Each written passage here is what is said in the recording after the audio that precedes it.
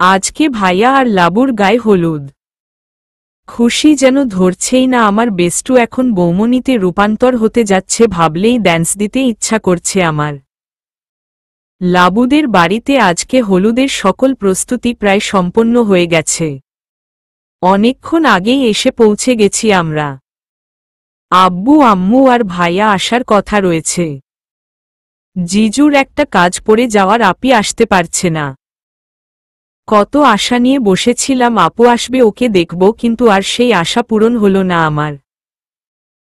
লাবুকে সাজাতে পার্লারের লোকজন এসে পৌঁছে গেছে এখানে। লাবুর সাথে জোর করে আমাকে সাজতেন পাঠিয়ে দিল ফুপ্পি। লাবুকে সাজিয়ে আমাকে সাজিয়ে দিল ওরা।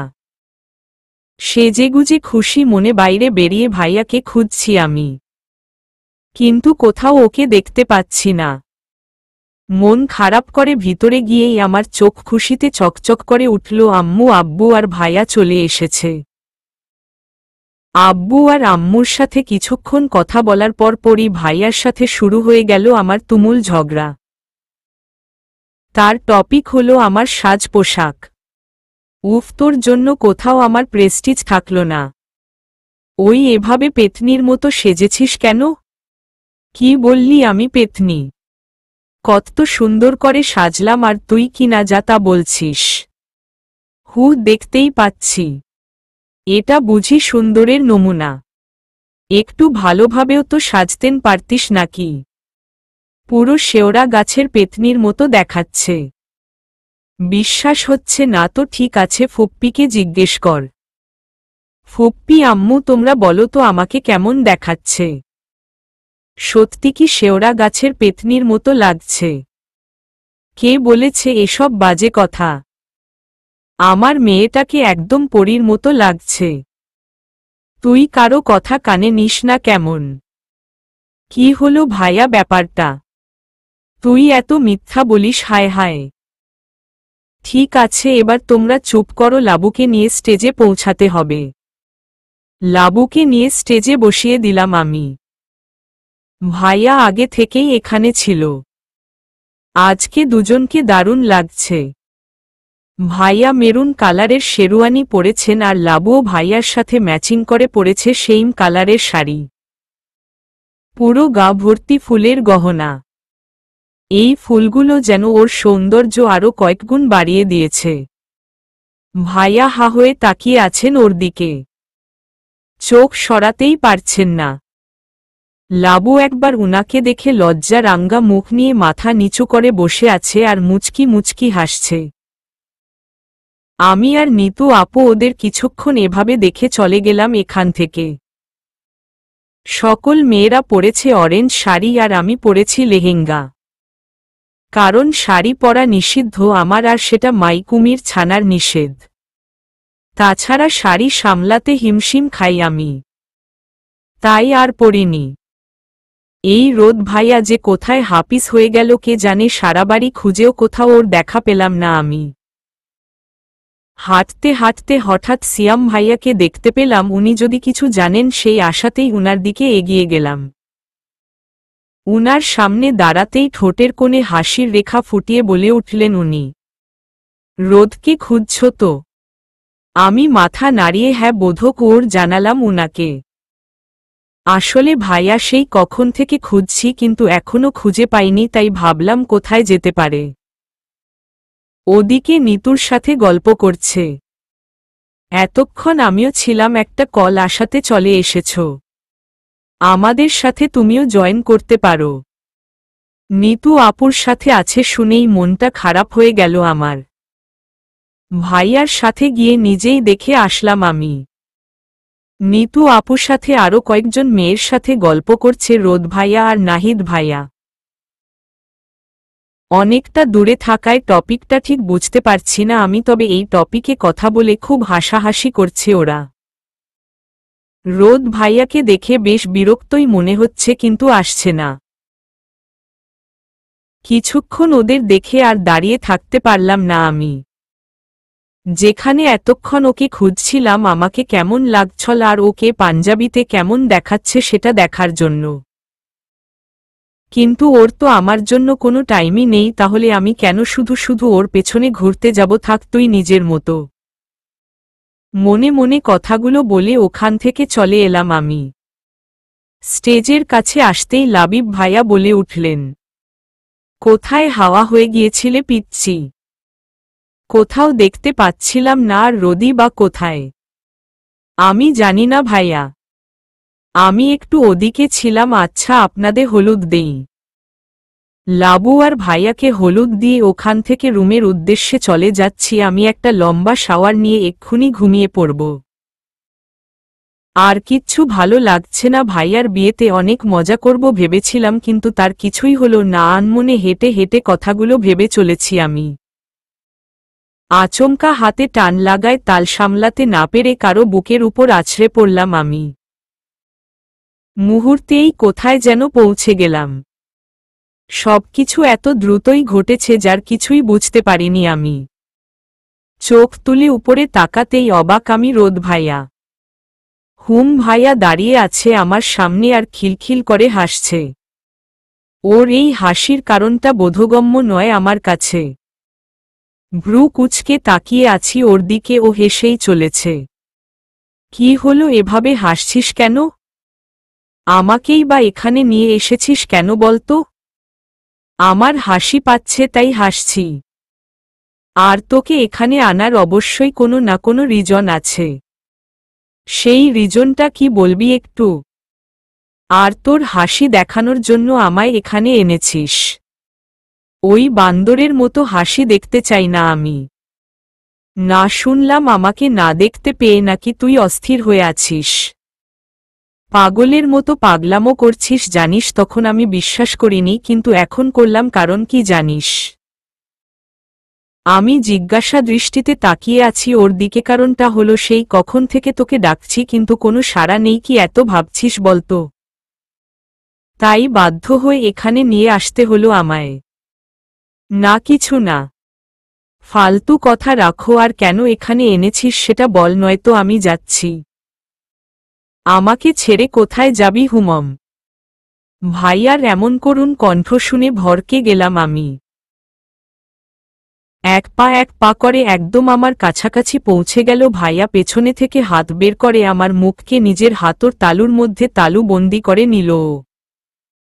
গালে ঠান্ডা কিছুর স্পর্শ পেয়ে গালে হাত দিলাম আমি। হলুদ? হুম, এজন্যই তোকে এখানে আনা। ওখানে তো সবার সামনে দিতে পারবো না, তাই এখানে দিলাম বুঝলি। এগুলো তুল।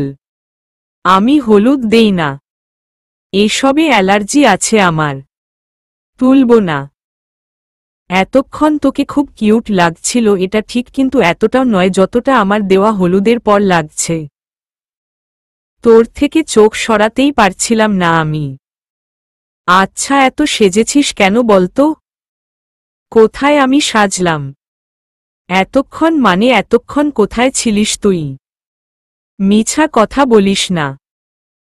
পুরো বাড়ি খুঁজেও কোথাও তোর খুঁজ পাচ্ছিলাম না আমি। আর তুই কি বলছিস এতক্ষণ আমাকে কিউট লাগছিল? যা সর, পাম দিস না। তুই কোনো কথা কি সহজভাবে বলতে পারিস না বুঝি? এতক্ষণ আমি তোকে আড়াল থেকে দেখছিলাম, সামনে যাইনি। নিজের উডবি ওয়াইফকে লুকিয়ে লুকিয়ে দেখার ফিলিংটা উপভোগ করছিলাম বুঝলি। আমি বিশ্বাস করি না, তুই মিথ্যা বলছিস। না রে বাবা, সত্যি বলছি। তোর দিব্যি। তার মানে ভাইয়া সত্যি বলছে? ওয়াও, আর আমি কিনা কি ভাবছি। আচ্ছা বাদ দে, তুই তো আমায় হলুদ দিলি, এখন আমি তোকে কি করে দেই বলতো? আচ্ছা দাঁড়া, আমি একটু হলুদ নিয়ে আসছি। ওয়েট ওয়েট, তোকে কোথাও যেতে হবে না। তোর এই ইচ্ছাটা আমি পূরণ করে দিচ্ছি বলে আমার দিকে এগিয়ে এলো। মাথায় হাত দিয়ে শক্ত করে ধরে প্রথমে আমার বাম গালের সাথে ওর গাল ঘষে নিল, পরে বাম গালেও নিজের বাম গাল ঘষে নিয়ে হলুদ মাখল। কি হ্যাপি তো বুঝি। ওকে কিছু না বলে দৌড়ে রুমে চলে গেলাম আমি। শয়তান কুমির ছানা কেমন লজ্জায় ফেলে দিচ্ছিল আমায় ইসস। ওয়াশরুমে গিয়ে ফ্রেশ হয়ে আসতেই দরজায় টোকা পড়ল আমার। দরজা খুলে আবারও অবাক হলাম আমি। ভাইয়া তুই? কোনো প্রয়োজন আছে কি? আসলে আমার একটা জিনিস নেওয়ার আছে তোর কাছ থেকে, আর সেটাই নিতে এসেছি। তখন দৌড়ে চলে আসলি, তাই নিতে পারিনি। আমার কাছ থেকে কি নিবি? আচ্ছা বল কেন এসেছিস? আচ্ছা, রোজ বলেই আমার কাছে এসে হুট করে কিস করলো আমায়। স্ট্যাচু হয়ে দাঁড়িয়ে আছি আমি। এটা কি হলো কুমির ছানা? আমায় এখন লজ্জায় মরে যাচ্ছি আমি। এটাই নেওয়ার ছিল আমার, এখন নিয়ে নিয়েছি, এবার আমি যেতে পারি। আরে তুই লজ্জাও পাস নাকি? জানা ছিল না, তোর কথার কোনো ওর দিলাম না আমি। মাথা নিচু করে দাঁড়িয়ে আছি। আচ্ছা, এত লজ্জা পেতে হবে না তোকে। সেদিন তো আমাকে কিস দেওয়ার জন্য উঠে পড়ে লেগেছিলিস, কারছিলিসই না। ড্যাডের কাছে পর্যন্ত নালিশ করেছিস, তাহলে আজ কি হলো এত লজ্জা পাচ্ছিস যে? দেখ, সেদিন শুধু বলেছিলাম। বলা আর করার মধ্যে অনেক তফাৎ আছে। আচ্ছা ঠিক আছে, বাদ দে বলে আরেকটা কিস দিয়ে দ্রুত পায়ে রুম থেকে বেরিয়ে গেল ও। আমি এখনো মূর্তির ন্যায় দাঁড়িয়ে আছি। কি হলো আজ কুমির ছানার দুটো কিস? কবে থেকে এত রোমান্টিক হলো? যাক গে, আমার বরটাকে যতটা আনরোমান্টিক ভাবি ততটাও আনরোমান্টিক নয়, কিছুটা হলেও ওর মধ্যে রোমান্টিকতার ছাপ আছে। আজকে ভাইয়ার বিয়ে, সকাল থেকেই যে যার কাজে ব্যস্ত হয়ে পড়েছে, একমায় আমারই কোনো কাজ নেই। এদিক ওদিক হাঁটছি আর সবকিছু প্রদক্ষিণ করে দেখছি আমি। হঠাৎ রোদ ভাইয়ার সাথে ধাক্কা খেলাম আমি। রোদ ভাইয়াকে দেখে খুব খুশি মনে হচ্ছে আজ, কিন্তু কেন জানি না আমি। আমার দিকে তাকিয়ে 32 দাঁত কেলিয়ে বলে উঠল, এই বুচি এভাবে হাঁটছিস কেন?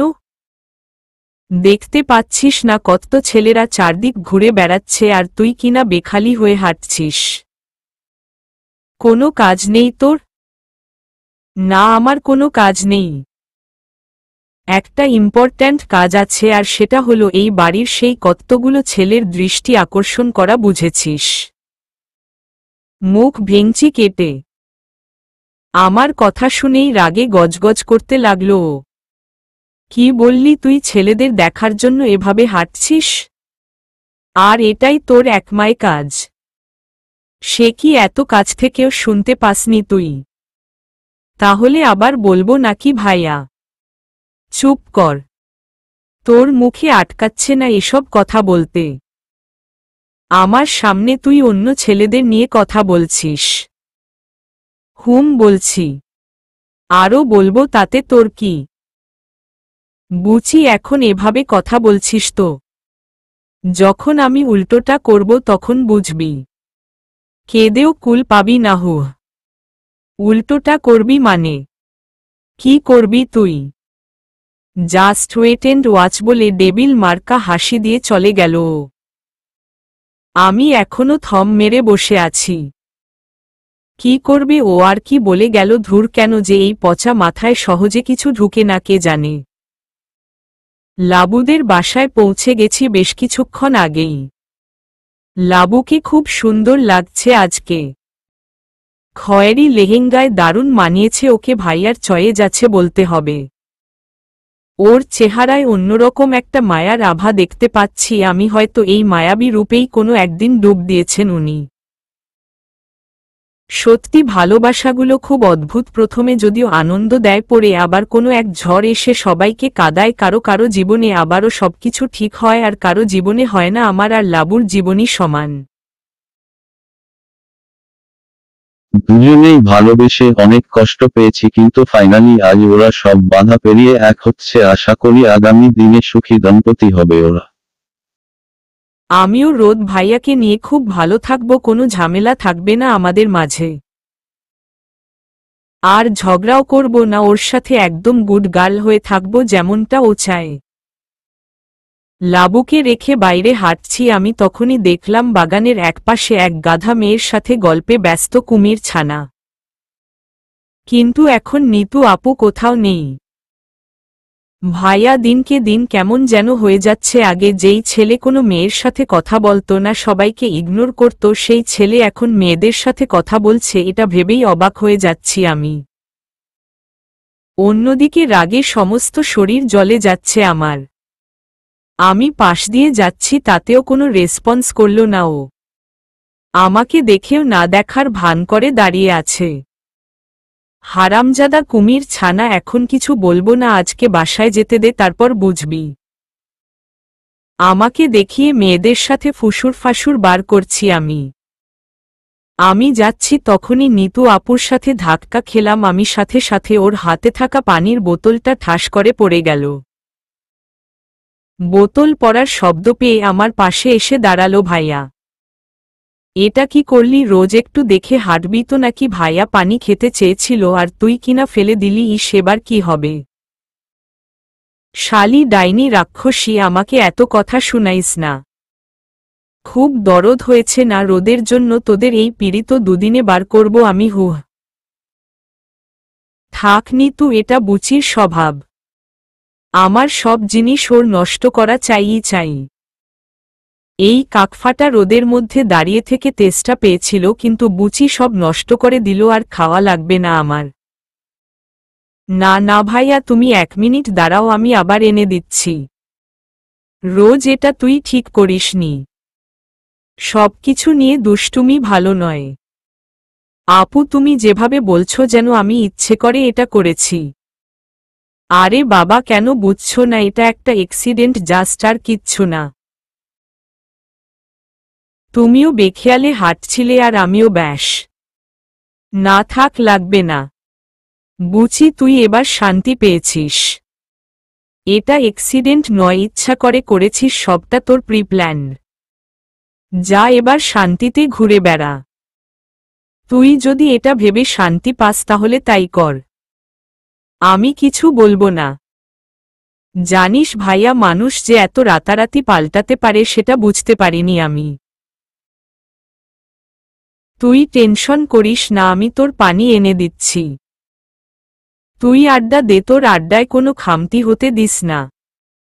আর চোখের পানি আটকাতে পারছি না আমি। ভাইয়া কি করে এতগুলো কথা বলল আমায়? আজ এতটাই পর হয়ে গেলাম আমি। কি হলো বুচির, এতটা সিরিয়াস হয়ে কথা বলল? বুচি তো এমন কথা বলে না কখনো। তাহলে এই বুচি শোন দাঁড়াধুর শুনলই না। বিয়ে সম্পন্ন করে এবার বিদায়ের পালা। লাবু খুব কান্নাকাটি করছে, ওকে সামলানো যাচ্ছে না। এই মুহূর্তটাই যে সবচেয়ে কঠিন আর নির্মম যেকোনো মেয়ের জন্য। লাবুকে নিয়ে বাড়ির মেইন গেটে এসে দাঁড়িয়ে আছি আমরা। আম্মু ফুপ্পি সকলে মিলে বরণ করলেন ওকে। ড্রয়িং রুমে সবার সাথে বসে আছি আমরা। আজ সিয়াম ভাইয়ার প্রেম কাহিনী শুনব। লাবু লাবিব ভাইয়া সহ সবাই আছেন এখানে। কিন্তু সিয়াম ভাইয়া তার প্রেম কাহিনী বলতে নারাজ। কারণ তার প্রেম কাহিনী কোনো সাকসেসফুল কাহিনী নয়। উনি পুরোপুরি ছ্যাঁকা খেয়ে বসে আছেন। তবুও আমাদের জোড়াজড়িতে বলতে শুরু করলেন উনি। একদিন কলেজে একটা পিচ্ছি টাইপের মেয়েকে দেখেছিলাম আমি। এই প্রথম কোনো মেয়েকে দেখে চোখ আটকে গেছিল আমার। বারবার মেয়েটিকে দেখছিলাম। এরপর কয়েকদিন আর দেখিনি ওকে, কে ও কোথায় থাকে কিছুই জানতাম না আমি। তারপর যখন জানলাম ওকে, তখন ওকে মাঝে মধ্যেই দেখতাম। তারপর থেকেই ওর প্রতি একটা অন্যরকম ফিলিংস তৈরি হয়েছিল আমার। তখন বুঝতে পারিনি এটা আমার ওয়ান সাইডেড লাভ। যখন জানতে পারি ও আমাকে নয় অন্য একজনকে জীবনের থেকেও বেশি ভালোবাসে, অথচ সেই ছেলেটার কাছে তার কোনো মূল্যই নেই, তখন ইচ্ছা করছিল মেয়েটাকে খুন করে ফেলি। কিন্তু ওই যে ভালোবাসি তাই পারিনি।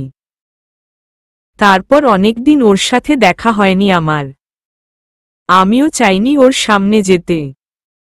কিন্তু ডেস্টিনি আবার আমাকে ওর সামনে দাঁড় করালো। এখন ছেলেটাও ওকে খুব ভালোবাসে বুঝে। ওদের দেখলে বোঝা যায় মেড ফর ইচ আদার। তাই সরে এসেছি ওর কাছ থেকে আমি। আমার যে ওর প্রতি একটা টান মায়া ছিল সেটা ওকে কখনো বুঝতে দেইনি আমি। থাক না কিছু কথা না বলা, থাক না কিছু অজানা।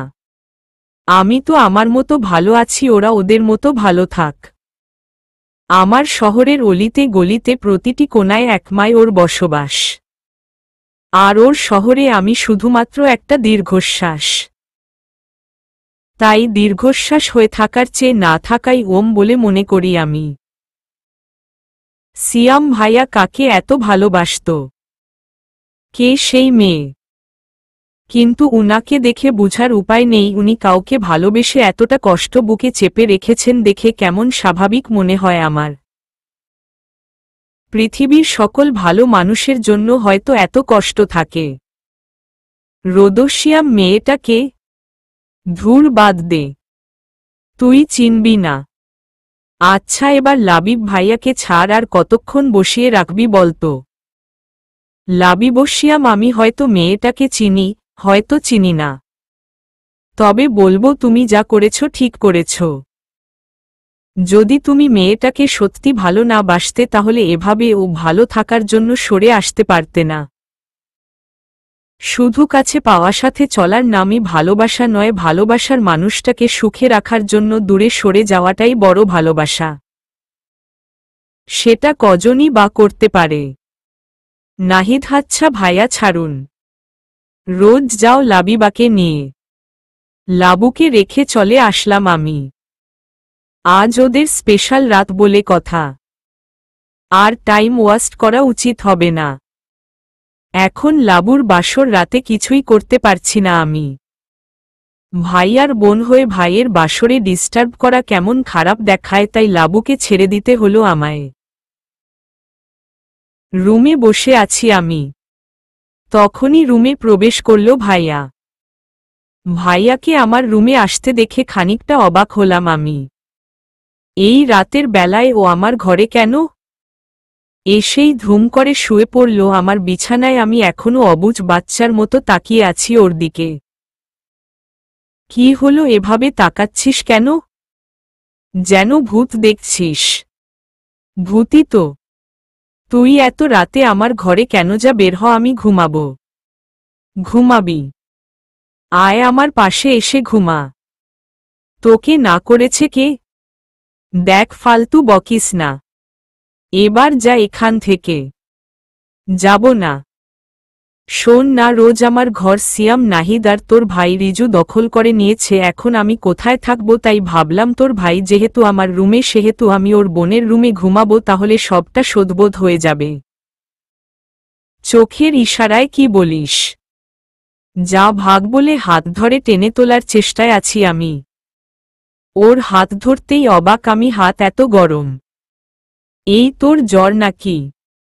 ধুর না, এমনি শরীর গরম হয়ে আছে। চুপ কর, আমাকে দেখতে দে। বললাম তো কিছু হয়নি, তাহলে কেন পাগলামো করছিস বলতো? তুই যা ইচ্ছা ভাব, তবুও আমি দেখব। মাথায় হাত দিয়ে জ্বর চেক করলাম আমি। ভাইয়ার গায়ে প্রচণ্ড জ্বর, রীতিমতো কাঁপছে ও। ওকে এভাবে দেখে কান্না চলে আসলো আমার। তোর এতটা জ্বর আগে বলিসনি কেন? ঔষধ খেয়েছিস? আরে বাবা, এইটুকু জ্বরের জন্য রোদ কখনো ঔষধ খায় নাকি পাগলি মেয়ে? কাঁদিস না, কিচ্ছু হবে না। সকালে উঠেই দেখবি আমি একদম ফিট। তুই একটা কাজ করো না, কেঁদে প্লিজ আমার মাথাটা একটু টিপে দে। আর কাউকে কিছু বলে চিন্তায় ফেলিস না প্লিজ। কিন্তু? কোনো কিন্তু নয়। আর একদম কাঁদবি না। ঠিক আছে, তুই খাবার খেয়ে ঔষধ খেলে আমি আর কাঁদব না। ফাঁদে ফেলছিস আমায়। যা খাবার নিয়ে আয়, শোন খুব তাড়াতাড়ি আসবি, আমি কিন্তু বেশিক্ষণ একা থাকতে পারবো না। ওকে, আমি 10 মিনিটে আসছি। ভাইয়ার জন্য খাবার নিয়ে বিছানায় বসে আছি আমি, কিন্তু ও কিছুতেই উঠছে না। অবশেষে আমার কান্নাকাটি দেখে উঠে বসল। আমাকে কোলে নিয়ে কোমর জড়িয়ে বসে আছে ও। আমিও কোনো কথা না বলে খাইয়ে দিলাম ওকে।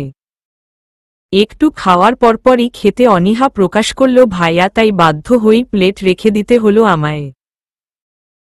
ভাইয়ার মাথায় অনেকক্ষণ জলপট্টি দেওয়ার পর জ্বর অনেকটাই কমেছে এখন। জোর করে মেডিসিনও খাইয়েছি ওকে। এবার মাথায় হাত বুলিয়ে দিচ্ছি আমি। আর ভাইয়া আমার কোমর জড়িয়ে বাচ্চাদের মতো শুয়ে আছে। এই ইনোসেন্ট চেহারা দেখে আপনা আপনি কপালে ঠোঁট চলে গেল আমার। ওকে দেখতে দেখতে কখন যে ঘুমিয়ে পড়েছি নিজেও বুঝতে পারিনি আমি। সকালে ঘুম থেকে উঠে ভাইয়াকে রুমের কোথাও দেখতে পেলাম না আমি। অনেক রাত হওয়ায় ঘুম থেকে উঠতে অনেকটা লেট হয়ে গেছে আমার। ফ্রেশ হয়ে ড্রয়িং রুমে গেলাম আমি। আজকে ভাইয়ার রিসেপশন আছে, সেজন্য সকল আয়োজন কমপ্লিট। কিন্তু রোদ ভাইয়া কোথায়? ওকে কোথাও দেখছি না আমি। এই অসুস্থ শরীরে কোথায় গেল কে জানে। সারাদিনে কোথাও দেখতে পেলাম না রোদকে আমি। চিন্তায় মাথা ফেটে যাচ্ছে আমার। ফুপ্পিকে জিজ্ঞেস করেও কোনো আনসার পেলাম না। সকালে বেরিয়ে গেছে, কিন্তু কোথায় গেছে কেউ জানে না। এদিকে কাল রাতের অসুস্থতার কথাও কাউকে বলতে পারছি না আমি। ফোনও সুইচ অফ করে রেখেছে। ওরে কুমির ছানা, কোথায় গেলি রে তুই? এভাবে আমাকে একা ফেলে এই কানমলছি নাকমলছি, আর তোর সাথে ঝগড়া করব না, খুব কেয়ার করব, একটুও পাগলামি করব না, প্লিজ ফিরে আয়। রিসেপশন শেষে কাপল ড্যান্সের আয়োজন করা হয়েছে। সবাই যার যার লাইফ পার্টনার ওর ফ্রেন্ডের সাথে নাচবে, শুধু আমি কারো সাথে নাচতে পারবো না। কারণ আমার যে রোদকেই চাই, আর কাউকে নয়। সিয়াম ভাইয়া, নাহিদ ভাইয়া, ওরা কেউ নেই। কাকে যে বলবো সেটাও ভেবে পাচ্ছি না আমি। কারণ এরা ছাড়া আর কাউকে ভরসা করে বলতেও পারবো না। আমার ভাইটাকেও কোথাও দেখছি, আর যদিও বলি আমাকে নিশে হাসাহাসি করবে, ব্যাপারটা যে সিরিয়াস সেটাও ভাববে না, তার চেয়ে না বকাই বেটার। লাবি ভাইয়াকে নির্দ্বিধায় বলতে পারতাম, কিন্তু আজকে উনার লাইফের একটা স্পেশাল দিন, এই দিনে উনাকে টেনশনে বা ঝামেলায় ফেলা উচিত হবে না আমার। ফুপ্পির বকাবকি শুনে রেডি হয়ে বাগানে চুপচাপ বসে আছি আমি। চারদিকে অন্ধকার নেমে এসেছে। বারবার গেইটের দিকে দেখছি কখন আসবে ও, কিন্তু আসছে না। কোথায় গেল কোথায়? হঠাৎ কারো উপস্থিতি টের পেয়ে সামনে তাকালাম আমি। নেভি ব্লু জুতোর সাথে ম্যাচিং স্যুট, ব্লেজার, হাতে সেইম কালারের ঘড়ি, মুখে খোঁচা খোঁচা দাড়ি, সিল্কি চুলগুলো হাওয়ায় উড়ছে, আর মুখে মুখে বাঁকা দাঁতের হাসি নিয়ে আমার সামনে দাঁড়িয়ে আছে রোদ ভাইয়া। ওকে দেখেই উঠে দাঁড়ালাম আমি। নিজেকে সামলাতে না পেরে ঝাঁপিয়ে পড়লাম ওর বুকে আমি। শক্ত করে জড়িয়ে ধরে আছি, যেন ছাড়লেই কোথায় হারিয়ে যাবে। সারাদিন ওকে না দেখে, কাছে না পেয়ে মনে যেই অশান্তি বিরাজ করছিল, সেই অশান্তি ক্লান্তির শেষ যে এই বুকেই। নিমিষেই মনের সকল অশান্তি উধাও হয়ে গেল আমার। ওর বুকে মুখ গুজেই কাঁদছি আমি।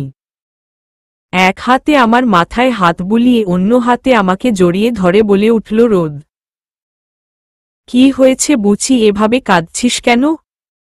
কেউ কিছু বলেছে? কে কি বলেছে একবার বল আমায়। কেউ কিচ্ছু ববলে ননি। কাঁদতে কাঁদতে হেঁচকি উঠে গেছে আমার। তাহলে এভাবে বোকার মতো কাঁদছিস কেন? চুপ, একদম কাঁদবি না। তুই জ্বর শরীরে আমাকে ফেলে কোথায় চলে গেছিলিস? জানিস কত টেনশন হচ্ছিল আমার। ভাবছিলাম তুই হয়তো আমাকে ছেড়ে অনেক দূরে চলে গেছিস। খুব ভয় হচ্ছিল যদি তোর কিছু হয়ে যায়। মাথায় গাঁটটা মেরে এসব পচা পচা কথা শুধু তোর মাথায় আসে, তাই না? আরে বোকা, রোজকে ছাড়া রোদ কখনো থেকেছে নাকি? এতটুকু ভরসা নেই তোর আমার উপর? এখনো বুঝলি না তোকে ছাড়া থাকা আমার পক্ষে ইম্পসিবল। তাহলে কোথায় গিয়েছিলিস? কি এমন রাজকার্য ছিল তোর যে ভাইয়ার রিসেপশন ছেড়ে ছুটে চলে যেতে হলো? আসলে নাহিদ অনলাইনে একটা মেয়ের প্রেমে পড়েছে। আজ ওদের দেখা করার কথা ছিল, তাই ওকে সাহস জোগানোর জন্য খুব সকালে আমাকে আর সিয়ামকে ঘুম থেকে তুলে ওর সাথে নিয়ে গিয়েছিল। কিন্তু আফসোস, সারাদিন ওয়েট করেও মেয়েটার কোনো হদিস পেল না। দুঃখ ভরা মন নিয়ে শূন্য হাতে ফিরতে হলো ওকে। অহহ, এই কথা! তাহলে আমাকে বলে গেলে কি হতো? আমি কি মানা করতাম নাকি? আর তোর ফোন ওটাই বা সুইচ অফ ছিল কেন? রাতে তোকে অনেক জ্বালিয়েছি, হয়তো সকালের দিকে ঘুমিয়েছিস। তোর ঘুমন্ত মায়াবী মুখটা দেখে আর জাগাতে ইচ্ছা করেনি আমার, তাই আর ডাকিনি। আর ফোন ওটার কথা বলিস না, চার্জ ছিল না, তাই সুইচ অফ দেখাচ্ছিল, বুঝলি? তোর জ্বর কমেছে নাকি এই জ্বর শরীরে ঘুরে বেড়াচ্ছিস? বাবা বুচি আমার কত কেয়ার করে, তুইই দেখে নে। ভাইয়ার মাথায় হাত দিয়ে টেম্পারেচার দেখছি আমি। না, এখন জ্বর নেই। কি হলো বাপ, এবার তো কান্না থামা। এই দেখ, আমি ভালো আছি, সুস্থ আছি, তোর সামনে দাঁড়িয়ে আছি। থামবি না তো? উফ, এখন আমি বেঁচে আছি বুচি, কিছু কান্না জমিয়ে রাখো যাতে আমি মরার পর একটু কাঁদতে পারিস। ভাইয়ার মুখে মরার কথা শুনেই বুকের ভিতরে ধক করে উঠল আমার। সাথে সাথে এক ধাক্কা দিয়ে দূরে সরিয়ে দিলাম ওকে। যা সরভাগ আমার সামনে থেকে। শয়তান কুমির ছানা, খালি আমাকে কাঁদানো। এছাড়া যেন তোর আর কোনো কাজ নেই। এমনি টেনশনে মরে যাচ্ছিলাম, আর এখন কিনা এসে ফালতু বকছিস? বলে গটগটন করে চলে গেলাম আমি। এই বুঝি শোন। যাক বাবা, কি এমন বললাম আমি যে এভাবে রাগ দেখিয়ে চলে গেল? এই বুচির কখন যে কি হয় আমি কেন নিজেই বোধ হয় জানে না। স্টেজের একপাশে দাঁড়িয়ে আম্মুর সাথে কথা বলছি আমি। এক্ষুনি কাপল ড্যান্স শুরু হবে। ইতিমধ্যেই লাবিব ভাইয়া, লাবু সহ সবাই যার যার পার্টনারের সাথে স্টেজে চলে গেছে। কিন্তু আমি যাইনি, রোদ ভাইয়া আমাদের পাশেই দাঁড়িয়ে আছে।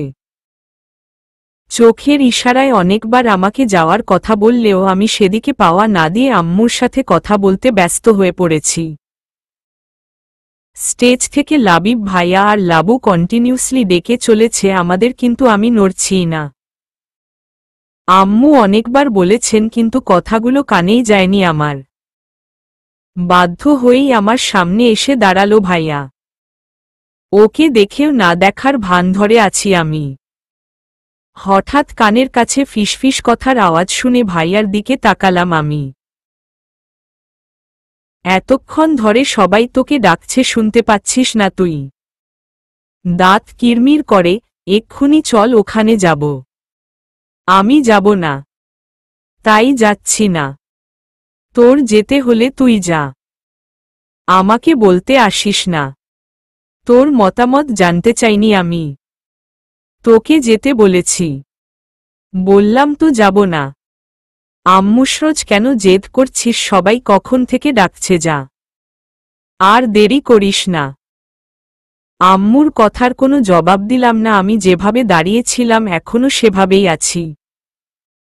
বুঝেছি কথায় কাজ হবে না। মামুনি, আমিও দেখব তোমার মেয়ে ওখানে না গিয়ে কি করে থাকে। মামুনি, একটি সাইড প্লিজ। আম্মু সরে দাঁড়াতেই কুমির ছানা আমার দিকে এগিয়ে এলো। এ কি করতে চাইছে কিছুই বুঝতে পারছি না আমি। আমার কাছে দাঁড়িয়েই আমি কিছু বুঝে উঠার আগেই আমাকে কোলে তুলে নিল ও। এটা কি হলো? নামা আমাকে, সবার সামনে কি করছিস এসব? তোর কি মাথা খারাপ হয়ে গেছে? এখন এসব বলছিস কেন? তেজ দেখানোর সময় মনে ছিল না? তাছাড়া তুই তো এটাই চেয়েছিলিস, তোকে কোলে করে স্টেজে তুলে দেই আমি। আর আমি এটা বুঝতে পেরেছি। এটা আগে বললেই পারতিস, শুধু শুধু টাইম ওয়াস্ট করলি আমাদের। মিথ্যাবাদী আমি, তোকে বলেছি এটা করতে। সব কথা বলে না, হৃদয় কিছু কথা বুঝে নিতে হয়। আমি বুঝে গেছি বলেই বাঁকা হাসি দিল কুমির ছানা। এই মুহূর্তে ম্যানহোলের পানিতে ওকে ডুবিয়ে মারতে ইচ্ছা করছে আমার। শালা আমাকে রাগানোর জন্য ইচ্ছে করে এসব ফালতু কথা বলছে। গান শেষ হওয়ার আগেই স্টেজে আছড়ে পড়লাম আমি। ব্যালেন্স ঠিক রাখতে পারিনি বিধায় পড়ে গেছি। এখন স্টেপ অনুযায়ী ভাইয়ার আমার হাত ধরার কথা ছিল, আর তখন কিভাবে যেন ওর থেকে সরে গিয়েছিলাম আমি। সবার সামনে এভাবে অপমানিত হব ভাবতেও পারিনি। পড়ে যেতেই হাত ধরে রোদ ভাইয়া টেনে তুলল আমায়। সবাই অস্থির হয়ে পড়েছে আমার কিছু হয়েছে কিনা সেটা জানার জন্য। বুচি লাগেনি তো তোর? আমারই ভুল, আমি তখন ক্যাচ করতে পারিনি। না, আমি ঠিক আছি লাবিব ভাইয়া, চিন্তা করো না, কিচ্ছু হয়নি আমার। তোমার কন্টিনিউ করো, আমি আসছি বলে নিচে নেমে এলাম আমি। কিছুক্ষণ প্রোগ্রাম দেখে রুমে চলে গেলাম আমি। কিছু ভালো লাগছে না আমার। হাতে বেশ ব্যথা পেয়েছি, কিন্তু লজ্জায় কাউকে বলিনি। আমি রুমে ঢোকার 5 মিনিটের মাথায় খাবার হাতে রুমে প্রবেশ করল ভাইয়া। ওকে দেখেই ঝাঁঝালো কণ্ঠে বলে উঠলাম আমি, আমি খাবো না তোর খাবার, নিয়ে তুই বেরিয়ে যা রুম থেকে। তখন সবার সামনে আমাকে অপমান করে এখন ফাঁকা ঘরে এসেছিস মায়া দেখাতে। এসব ফালতু মায়া দয়া লাগবে না আমার। প্লিজ রোজ আমাকে ক্ষমা করে দে। আসলে তখন নিতুর পায়ের সাথে পা আটকে গিয়েছিল আমার, আর তাই নিজেকে সামলাতে গিয়ে তোকে ক্যাচ করতে পারিনি আমি। প্লিজ খেয়ে নে, রাগ করিস না। না বললাম তো। তুই চলে যা। আমি খাবো না, ঘুমাবো না, তোর সাথে কথাও বলবো না, চলে যা। প্লিজ রোজ ক্ষমা করে দে। আর খেয়ে নে, সব সহ্য করতে পারি, কিন্তু তোর সাথে কথা না বলে থাকতে পারবো না। প্লিজ আমার সাথে কথা বলা বন্ধ করিস না। তুই যা বলবি আমি তাই করব। ঠিক তো? হুম, পাক্কা। অনেক কাজ করিয়েছিস কুমির ছানা, আজ তোর পালা। তোকে যখন একবার বাঘে পেয়েছি তাহলে আমাকে দিয়ে যা যা করিয়েছিস তার একটু হলেও আজ সেদ তুলব। আমার হাত পাগুলো ম্যাজ ম্যাজ করছে, একটু টিপে দিবি? কি হহ? আমি দেব তোর হাত পা টিপে? তুই কি পাগল হয়ে গেছিস? যা বের হ। এসব ফালতু প্যাচাল শোনার মতো টাইম আমার নাই। আগে কি বলেছিলিস ভুলে গেছিস নাকি? ঠিক আছে, দিচ্ছি। ওয়াও, কুমির ছানা আমার হাত পা টিপছে আর আমি খাচ্ছি, আহা কি মজা। এখন বুঝো চান্দু কেমন লাগে। যদিও ব্যাপারটায় কিছুটা হলেও খারাপ লাগছে আমার, তবুও আবার ভালোও লাগছে। কুমির ছানাকে দিয়ে কাজ করাতে তো পারছি, এটাই অনেক। বউ ভাতের পরের দিনই লাবুকে নিয়ে নিজের বাড়িতে চলে গেল ভাইয়া। লাবুর সাথে কত ভালো ছিলাম, আর আজ কিনা লাবুই চলে গেল। মনটা ভীষণ খারাপ হয়ে গেল আমার। নিতু আপু বাসায় যায়নি। সে নাকি এখানে কিছুদিন থাকবে, তাই তাকে রেখে বাকি সবাই চলে গেছে। আব্বু আম্মুও ফিরেছেন বাসায়। রোদ ভাইয়ার সাথে আমার ঝগড়ার শেষ নেই। ঝগড়া মারামারি এভাবেই কাটছে আমাদের দিগুলো। আজকাল রোদ ভাইয়াকে চিনতে পারি না আমি। আগের মতো ঝগড়া করে না আমার সাথে। কিছু একটা নিয়ে খুব চিন্তিত থাকে ও। খুব তাড়াতাড়ি মিসেস রোদ হতে যাচ্ছি আমি। আগামীকাল আমাদের বিয়ের ডেট ফিক্সড হওয়ার কথা রয়েছে। আজ ভাইয়ার কলেজে একটা ফাংশন আছে, আর সেখানে আমাকে নিয়ে যাবে। এজন্য সাজছি আমি। রেডি হয়ে নিচে নামতেই আমার দিকে হা হয়ে তাকিয়ে আছে ভাইয়া। সিঁড়ি দিয়ে নামছি আমি। ভাইয়া ঘুরে ফিরে তাকাচ্ছে আমার দিকে। হাঁটতে হাঁটতে ভাইয়ার সামনে চলে গেলাম আমি। ভাইয়া এখনো আমার দিকে তাকিয়ে আছে, হয়তো ওর সামনে আছি এটাই বুঝতে পারছে না। চোখের পাতা নড়ছেই না। আমার তুড়ির আওয়াজে ঘোর কাটল ওর। কি হলো, এভাবে হা হয়ে আছিস কেন? ভার্সিটি যাবি না? হুম চল। আমাকে নিয়ে ভার্সিটি পৌঁছে গেছে ভাইয়া। নিতু আপু আসতে চেয়েছিল কিন্তু ভাইয়া ওর কথা শুনেও না শোনার ভান ধরে আমাকে নিয়ে চলে এসেছে। পুরো ভার্সিটিকে খুব সুন্দর করে সাজানো হয়েছে। ভাইয়া আজকে এশ কালার শার্ট পরিধান করেছে। এই কালারে ওকে যেন আরেকটু ভালো লাগছে। পুরো কলেজের মেয়েরা তাকিয়ে আছে আমাদের দিকে, কেউ হিংসার চোখে আর কেউ ভালোবাসার চোখে। এসব ভালো লাগছে না আমার। ভাইয়ার দিকে কেউ তাকালে সহ্য হয় না আমার। আমার দেখে নাহিদ আর সিয়াম ভাইয়া এগিয়ে এলেন। একটা মেয়েকে ডেকে এনে ওর কাছে আমায় রেখে একটা কাজে চলে গেল ভাইয়া। আমি মেয়েটার সাথে কথা বলতে ব্যস্ত হয়ে পড়লাম। মেয়েটা ভাইয়ার ব্যাচেরই। কিছুক্ষণ পর আইসক্রিম হাতে আমার কাছে ফিরে এলো ভাইয়া। আইসক্রিম বুঝিয়ে দিয়ে আবার কোথায় যেন চলে গেল। অনুষ্ঠানটা ভাইয়াই অর্গানাইজ করে, তা ওর দায়িত্ব অনেক। অনুষ্ঠান শুরু হবে এখন, তাই স্টেজে গিয়ে বসে আছি আমি। কতগুলো মেয়ে পেছনে থেকে ভাইয়ার রূপের বর্ণনা করতে শুরু করল। একজন তো ফ্লাইং কিসি দিয়ে দিল। না আর সহ্য করা যাচ্ছে না, ইচ্ছা করছে সব কয়টা মেয়ের মাথা ফাটিয়ে দিই। ভাইয়াকে নিয়ে ওরা যেই কথাগুলো বলছে সেটা যে হজম হচ্ছে না আমার, সেটা ঠিক বুঝতে পেরেছে আমার পাশের মেয়েটা। তাই বলে উঠল, মন খারাপ করো না, ওরা রোদকে নিয়ে এসব বলেই থাকে। আর আজ তো রোদকে খুব সুন্দর দেখাচ্ছে। তুমি ওদের আটকাতে পারবে না। তোমার জায়গায় আমি থাকলে অবশ্য।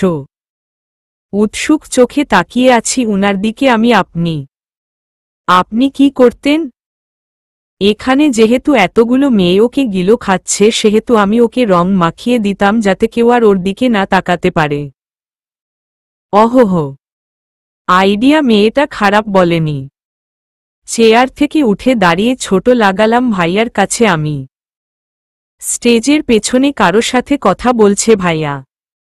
নাহিদ ভাইয়ার ইশারায় আমার দিকে তাকালো ও। আমাকে দেখে আমার কাছে আসলো।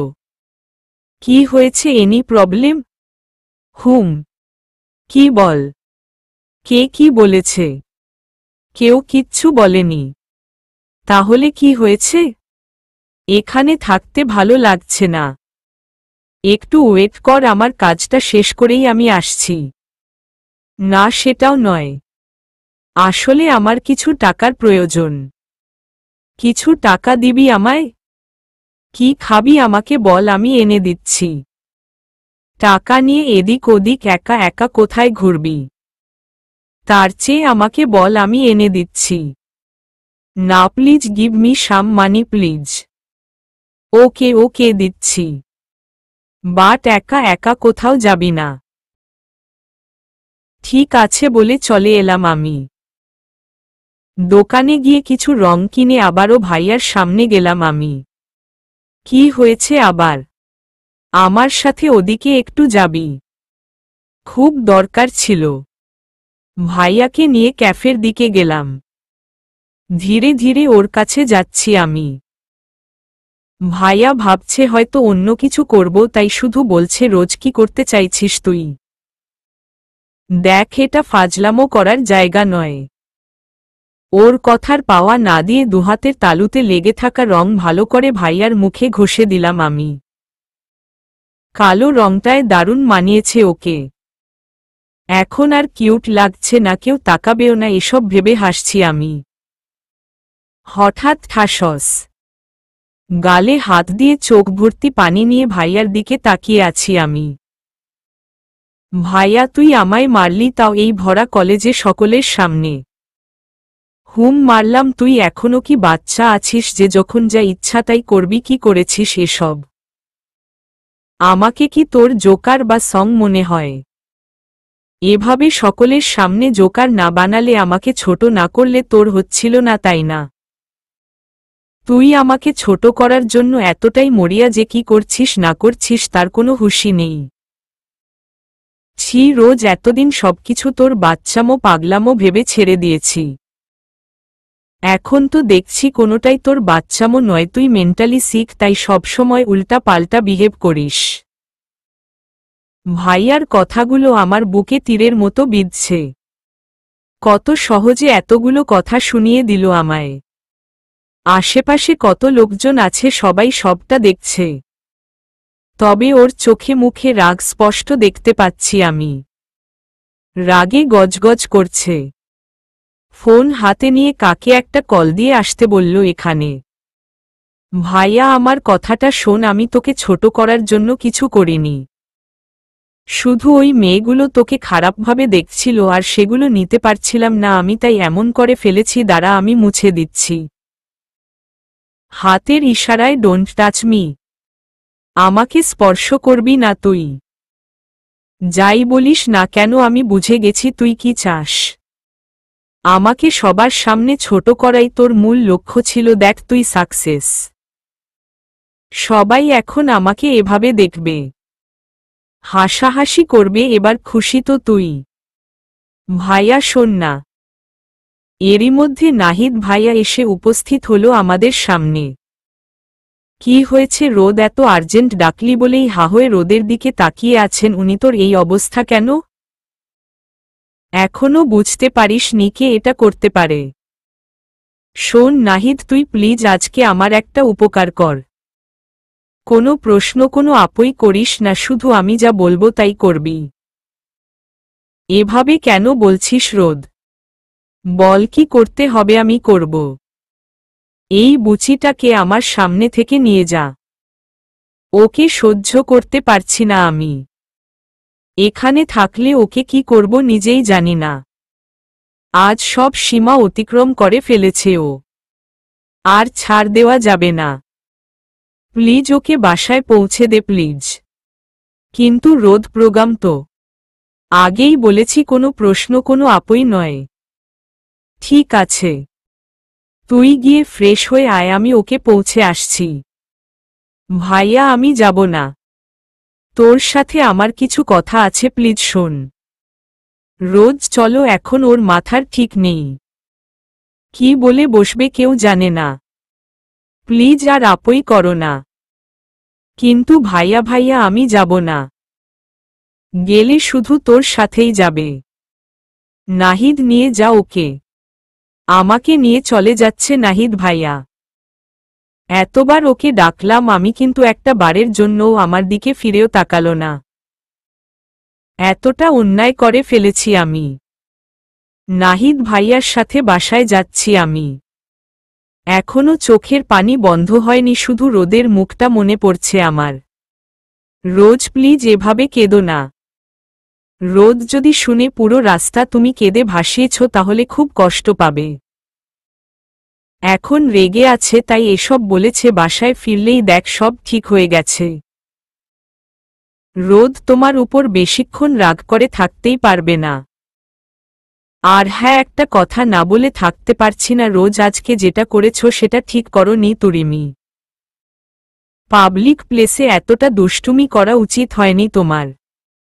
তখন আমি বুঝতে পারিনি ভাইয়া, ওই মেয়েটার বুদ্ধিতে করে ফেলেছি।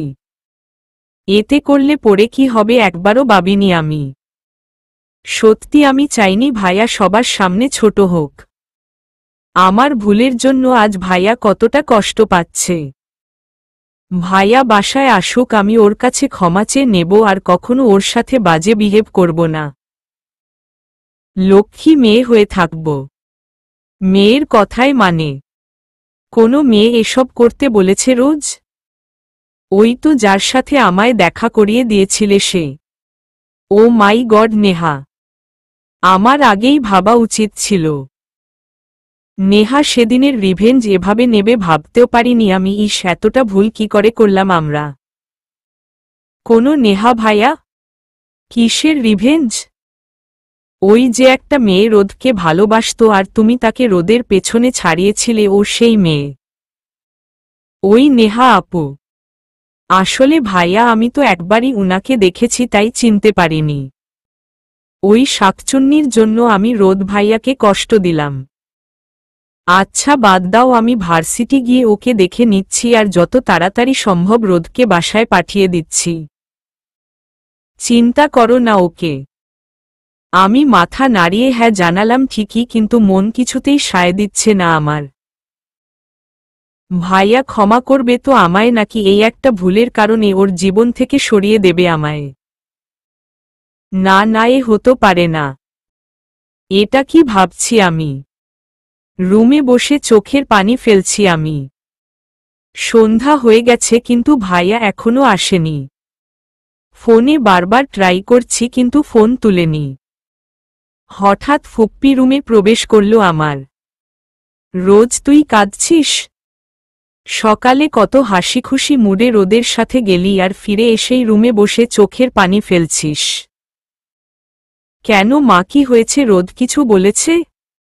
নিজেকে আর আটকাতে পারলাম না আমি। ফুপ্পিকে জড়িয়ে কেঁদে উঠলাম। আমার সব শেষ হয়ে গেছে ফুপ্পি। ভাইয়া আমার উপর রাগ করে বাসায় ফিরছে না। আজ অনেক বড় অন্যায় করে ফেলেছি। এরপর সবটা খুলে বললাম ফুপ্পিকে আমি। ঠিক আছে, এত কাঁদিস না। তবে মা কেন এটা করতে গেলি বলতো? চিন্তা করিস না, আমি কল দিয়ে বলছি এক্ষুনি এসে পড়বে আর আশা করি ঝামেলাও মিটে যাবে। আয় খেয়ে নে। না ফুপ্পি, আমি ভাইয়ার সাথে খাবো। এখন খাবো না। তোরা আমায় জ্বালিয়ে মারলি। কাল যাদের বিয়ের ডেট ফিক্সড হবে তারা আজ ঝগড়া করছে, দেখ কাণ্ড। দরজার পাশ থেকে বলে উঠল ভাইয়া, আর আদিক্ষেতা দেখাতে হবে না, আমি খেয়ে এসেছি। কারোর ইচ্ছা হলে খাও, নইলে নাই। মম, আমি শুয়ে পড়ছি, কেউ যেন আমায় ডিস্টার্ব না করে। কেউ নয় মানে কেউ নয়। রোদ শোন, কোনো কথা না শুনে গটগট করে চলে গেল কুমির ছানা। দেখেছ ফুপ্পি কি বলে গেল? এখন কি হবে বলে আবারও কেঁদে উঠলাম আমি। কাঁদিস না সোনা মা আমার। একটু টাইম দে, ফ্রেশ হোক, তারপর আমিই ডেকে ওর সাথে কথা বলবো। সব ঠিক হয়ে যাবে। আর তুই আয়, খেয়ে নে, ওর রাগ পড়লে ও খেয়ে নেবে। না গো ফুপ্পি, আমি খাবো না। গলা দিয়ে খাবার নামবে না আমার। তুমি প্লিজ আমায় জোর করো না। ঠিক আছে, তাহলে এখন আমি রোদের বাবা আর নিতুকে খাইয়ে আসছি। এরপর দেখি রোদ দরজা খুলে কিনা। ওকে ফুপ্পি, তুমি বুঝতে পারছো না ফুপ্পি, ব্যাপারটাকে যতটা সহজ ভাবছো ততটা সহজ নয়। আজকের পর ভাইয়া আমায় কোনোদিন ক্ষমা করবে না। কারণ এ পর্যন্ত ভাইয়াকে অনেক জ্বালিয়েছি আমি, কিন্তু কখনো আমার সাথে এভাবে কথা বলেনি। ওর চোখে মুখে এতটা বিরক্তি দেখিনি যতটা আজ দেখেছি। আজকে তো আমায় পাগল পর্যন্ত বলল। সবার সামনে কতগুলো খারাপ খারাপ কথা বলল। একটুও মুখে আটকালো না ওর। আমাকে নাহিদ ভাইয়ার সাথে কুকুরের মতো তাড়িয়ে দিল। কিভাবে রাগ ভাঙ্গাবো আমি ওর? কি করব এখন? ফুপ্পি অনেকক্ষণ ডাকার পরও দরজা খুলল না ভাইয়া। ওর রাতের খাওয়া হয়নি, আমিও খাইনি, দুজনের উপর রাগ করে গিয়ে ঘুমিয়ে পড়েছে ফুপ্পি। আমার সাথে কথা বলবে না বলেই হয়তো দরজা খুলছে না ও। এক্ষুনি ওর সাথে কথা বলা জরুরি আমার।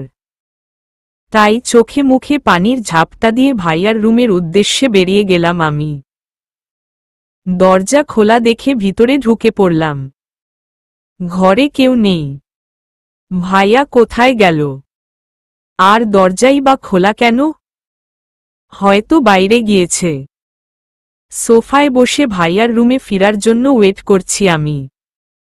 কিছুক্ষণ পর পানির বোতল হাতে ঘরে ঢুকল ভাইয়া। আস্তে করে দরজা লক করে দিল ও। এই ব্যাপার, যাতে দরজা খোলার শব্দ আমার কান অবধি না পৌঁছায়, তাই এই ব্যবস্থা। যার জন্য এত লুকোচুরি সে এখানে হাজির? আমার গলা পেয়ে পেছনে ফিরে তাকালো ভাইয়া। মুহূর্তেই কপালের রগ ফুলে উঠল ওর। তীক্ষ্ণ দৃষ্টি নিক্ষেপ করে তাকিয়ে আছে আমার দিকে। তুই এখানে কি করছিস? তোর জন্য অপেক্ষা করছি। কোথায় গিয়েছিলিস এত রাতে? এত রাত অবধি না ঘুমিয়ে এখানে কেন এসেছিস? তুই জানলি কি করে আমি বাইরে আছি? কেন ঘুমাইনি জানিস না তুই? আমি ঘুমাতে পারিনি। মনটা খুব অশান্ত ছিল, তাই তোর কাছে এসেছি শান্ত করার জন্য। তোর বুকেই যে আমার সকল অশান্তির অবসান ঘটে। এখানেই শান্তিতে ঘুমাতে পারবো আমি। কি দিবি না তোর বুকে ঘুমাতে আমায়? না দেব না। চলে যা রোজ আমার সামনে থেকে তুই। যাব না। আমি এখানেই থাকব। ক্ষমা করে দে না ভাইয়া। আমি বুঝতে পারিনি এতটা বাড়াবাড়ি হবে। ওই মেয়েটার কথায় বোকার মতো কাজটা করে ফেলেছি। আমিই বা কি করতাম বল? তোকে কোনো মেয়ের সাথে সহ্য করতে পারি না আমি, আর ওই মেয়েগুলো তোকে কত খারাপ ইঙ্গিত করছিল।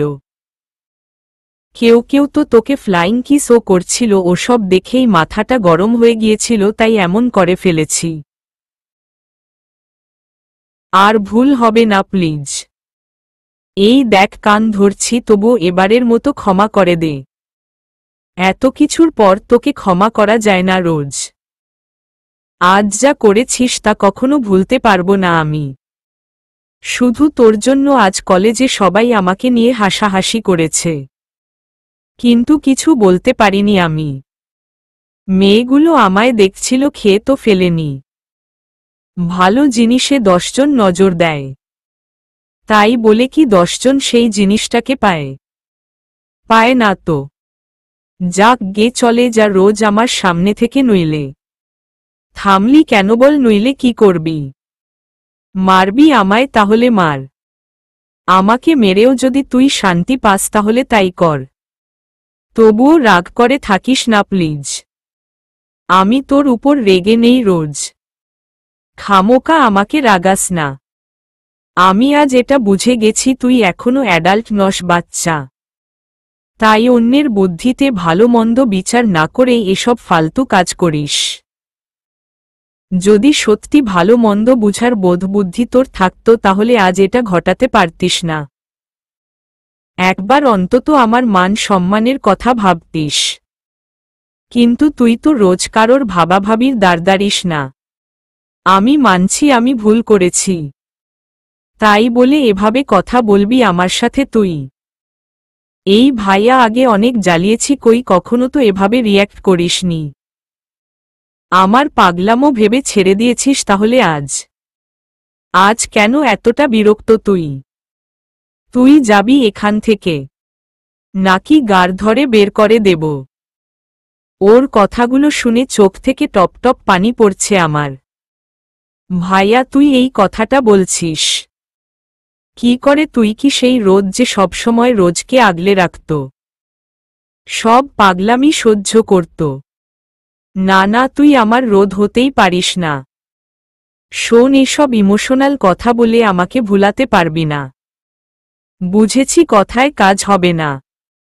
এখন হাতকেই কাজে লাগাতে হবে বলেই হাত ধরে টেনে বাইরে বের করে দিল আমায়। ঠাস করে দরজা লাগিয়ে দিল ও। আমি পাথরের মতো দরজার সামনে দাঁড়িয়ে আছি। এতদিনের চেনা মানুষটাকে আজ এত অচেনা লাগছে কেন আমার? কেন মনে হচ্ছে ও আমার রোদ নয়? আমার রোদ তো আমার চোখের পানি সহ্য করতে পারে না। কিন্তু আজ আমি এত কাঁদছি, তবুও একটাবার আমার দিকে তাকালো না। ফুপ্পির বাড়িতে সবাই বসে আছে। আজকে আমাদের বিয়ের ডেট ফিক্সড হবে। এই দিনটার জন্য কতগুলো দিন, কতগুলো মাস ওয়েট করেছি আমি। আজ যখন ফাইনালি দিনটা আমার জীবনে আসলো, কিন্তু আমার মনেই কোনো আনন্দ নেই। নেই মুখে কোনো হাসি, শুধু কপালে একরাশ চিন্তার ভাঁজ। হয়তো আজ সব ঠিক হয়ে যাবে কিছুদিনের মধ্যে, সেই আশাতেই আছি আমি। আঙ্কেল, আব্বু, ভাইয়া, লাবিব ভাইয়া সবাই এসেছে। আঙ্কেলও তাহলে আগামী শুক্রবারই থাক না? ভাইয়ার গলা পেয়ে ভয় পেয়ে গেলাম আমি। সকলের দৃষ্টির কেন্দ্রবিন্দু এখন ভাইয়া। ওর কথাগুলো শুনে আপনা আপনি চোখ থেকে পানি পড়ছে আমার। কি বলছে ভাইয়া এসব? এইটুকু ভুলের জন্য আমায় এত বড় শাস্তি দিল? আঙ্কেলও না মানে? রোদ তাহলে কবে বল, নাকি আরো তাড়াতাড়ি করতে বলছিস? আঙ্কেলের কথায় হেসে উঠল সবাই।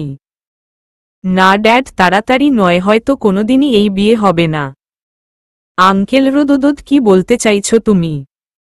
সরি ড্যাড, আমি এই বিয়েটা করতে পারবো না। রোদ, তুমি কি বিয়েটাকেও মজা পেয়েছ? এটা মজা করার সময় নয়। আমরা একটা সিরিয়াস কথা বলছি। তাই ফালতু কথা বলে আমাদের কাজে বাধা দিও না। আমি ফালতু কথা বলছি না ড্যাড। রোজকে বিয়ে করা আমার পক্ষে সম্ভব নয়। রোদ, কি বলছো ভেবে বলছো তো? লাবিবো মামু, তুমি শান্ত হও, আমি কথা বলছি ওর সাথে। আর কিছু বলার নেই ভাইয়া, আমার যা বলার আমি বলে দিয়েছি। প্লিজ এই ব্যাপারে আমাকে কেউ জোর করো না। বড় মামু, পারলে আমাকে ক্ষমা করে দিও। আব্বু সেদিন এত তাড়াহুড়ো করে এনগেজমেন্ট করে, আজ বলছো বিয়ে করবে না? এটা কোনো ধরনের কথা রোদ? বিয়েই যদি করার ইচ্ছা ছিল না, তাহলে কেন আমার মেয়ের মান সম্মান নিয়ে খেললে? কেন এনগেজমেন্ট করে সারা দুনিয়ার লোককে জানালে ও তোমার বাগদত্তা? আমি জানি মামু, আজ আমি যা বলছি তা মোটেও ঠিক হচ্ছে না আমার, কিন্তু আমি হেল্পলেস। মামু, রোজ এখনো স্বাভাবিক নয়। তুমি জানো গতকাল ও কি করেছে? তারপর সবটা খুলে বললাম মামুকে আমি। এতদিন ওর সব পাগলামি সহ্য করেছি এই ভেবে যে আস্তে আস্তে আমাকে বুঝবে ও, কিন্তু না, গতকাল প্রমাণ করে দিল রোজ কাউকে বুঝে না। ইভেন আমার তো এখন এটাও মনে হয় রোজ মেন্টালি সিক। ওকে কোনো সাইকোলজিস্টও দেখানো দরকার। তুমিই বলো মামু, ওকে নিয়ে সারা জীবন কি করে কাটাবো আমি? পারবো না, তাই যা ঘটেনি সেটা নিয়ে আফসোস না করাই ভালো। ওকে ওর মতোই থাকতে দিতে চাই আমি। কয়েক বছর যাক, তারপর না হয় দেখা যাবে বলেই বাসা থেকে বেরিয়ে গেল কুমির ছানা। আমি দেয়ালে ঠেস দিয়ে পাথর হয়ে দাঁড়িয়ে আছি। নিস্তব্ধতা বিরাজ করছে সকলের মাঝে। কারো গলায় কোনো সুর নেই, যে যার জায়গায় বসে আছে। ফুপ্পি চোখের জলে বুক ভেজাচ্ছন, কিন্তু আমি সেটাও পারছি না। চোখ থেকে এক ফোঁটা পানিও ঝরছে না আমার। মনে হচ্ছে পুরো পৃথিবী থমকে গেছে আমার। আয়েশা, রোজকে বল রেডি হতে, আজই ওকে বাড়ি নিয়ে যাব আমি। আজ আব্বুকে কিছু বলার মুখ নেই ফুপ্পির। শুধু একটা কথাই বের হলো, ভাই, আর কিছু বলতে পারলেন না উনি। লাবিব, প্লিজ আঙ্কেল, এটা করবেন না। পিচ্চিকে এভাবে রোদের থেকে আলাদা করে দেবেন না। আপনি রোদকে একটু টাইম দেন, সবটা ঠিক হয়ে যাবে। আব্বু, কিচ্ছু ঠিক হবে না লাবিব। আজ রোদ যেভাবে রোজ সম্পর্কে কথা বলেছে সেভাবে কোনোদিন বলেনি। আর আমি বিশ্বাস করি আজ রোদ মন থেকে কথাগুলো বলেছে। তাই এখন যদি আমি আমার মেয়েকে না নিয়ে যাই, তাহলে রোদের কাছে ছোট হয়ে যাব আমি। এটা আমি পারবো না বাবা। আঙ্কেল, ভাইয়া, আপনি ওর রাগের বশে বলা কথাগুলো ধরছেন আর রোজের প্রতি ভালোবাসা সেটা দেখছেন না। রেগে কি না কি বলেছে সেটা ধরে রোজকে নিয়ে যাবেন না প্লিজ। ওই মেয়েটা চলে গেলে আমরা থাকবে কি নিয়ে? মানুষ রাগলেই সত্যিটা বলে, সেটা জানো তো। রোজের উপর রেগে থাকার ফলেই ওর খারাপ দিকগুলো বলতে পেরেছে, নইলে পারত না। যাই হোক, রোজ রেডি হও, আমরা বাড়ি যাচ্ছি। লাবিব, প্লিজ আঙ্কেল, আমার একটা কথা রাখুন। আমি চিরকালের জন্য বলছি না, মায় একটা দিনের জন্য ওকে রেখে যান। আগামীকাল যদি রোদের মতো না পাল্টায়, আমি নিজে গিয়ে ওকে রেখে আসব। ফুপ্পি, হ্যাঁ ভাইয়া, একটা সুযোগ দাও প্লিজ। ঠিক আছে, তাহলে আমরা আসছি। কাল ওকে পাঠিয়ে দিস। আমার দিকে এগিয়ে এসে কাঁদিস না রোজ। যা ভাগ্যে আছে তাই হবে। নিজের খেয়াল রাখিস, বুঝলি? আমার মাথায় হাত বুলিয়ে ভাইয়াকে নিয়ে চলে গেলেন আব্বু। আমি এখনো ঠায় দাঁড়িয়ে আছি। কিছুক্ষণ আগে কি ঘটেছে যেন বুঝতেই পারছি না আমি। আমাকে ধরে সোফায় বসালো ফুপ্পি। আমার দুহাত হাতের মুঠোয় ধরে বলে উঠলেন, আঙ্কেল কিচ্ছু হবে না মা, সব ঠিক হয়ে যাবে। তোমাকে আমার বৌমা বানাবো বলেছি যখন তখন তাই হবে। হয়তো দুদিন আগে হওয়ার কথা ছিল, কিন্তু হবে দুদিন পরে, এই আর কি। আমি অবুঝ বাচ্চার মতো ফ্যালফ্যাল করে তাকিয়ে আছি। এই মুহূর্তটাকে একটা দুঃস্বপ্ন ছাড়া কিছুই মনে হচ্ছে না আমার। সত্যি যদি দুঃস্বপ্ন হতো, যদি ঘুম ভেঙে দেখতাম সব আগের মতো ঠিক হয়ে গেছে, তাহলে খুব খুশি হতাম আমি। কিন্তু না, এটাই যে সত্যি। চলবে।